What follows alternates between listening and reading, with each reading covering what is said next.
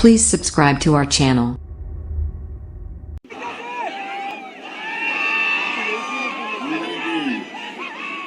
నమస్కారాలు.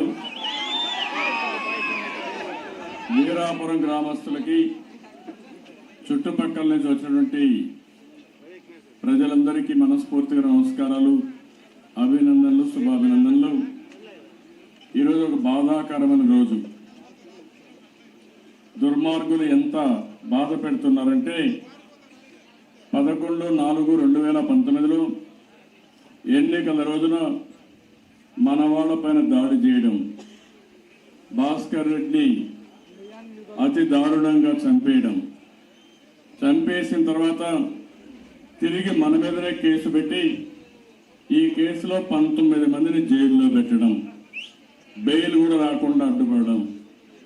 ఇదేనా ప్రజాస్వామ్యమని జగన్మోహన్ రెడ్డి గారిని ప్రశ్నిస్తున్నానని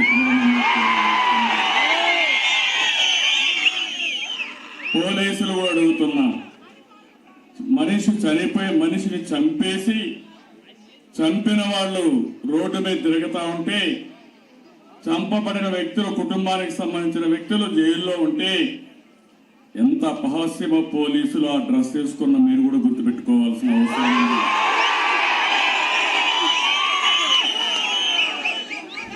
ఓసారి చాలా బాధేస్తుంది, ఆవేశం వస్తుంది. ఇప్పటికే 6 మంది చనిపోయారు, 100 చోట్ల దాడులు జరిగాయి. మామూలు దాడులు కూడా కాదు. ఎవరైనా తెలుగుదేశం పార్టీ సానుభూతి పరులు కానీ, తెలుగుదేశం పార్టీ కార్యకర్తలు కానీ వాళ్ళ ఆస్తులు నాశనం చేయడం, వాళ్ళ మీద భౌతిక దాడులు చేయడం, వాళ్ళని మానసికంగా వేధించి వాళ్ళంతా కూడా సరెండర్ కావాలనుకుంటున్నారు. తెలుగుదేశం పార్టీ ఎప్పుడు సరెండర్ కాదు. ఎన్టీ రామారావు గారు ధైర్యానికి మారు పేరు, ఆత్మవిశ్వాసానికి ప్రతీక, ఆత్మ గౌరవాన్ని కాపాడే పార్టీ తెలుగుదేశం పార్టీ తప్ప బెదిరిస్తేనో భయపడితేనో భయపడే పార్టీ తెలుగుదేశం పార్టీ. ఇంత వరకు కూడా కొన్ని సంఘటనలు జరిగాయి.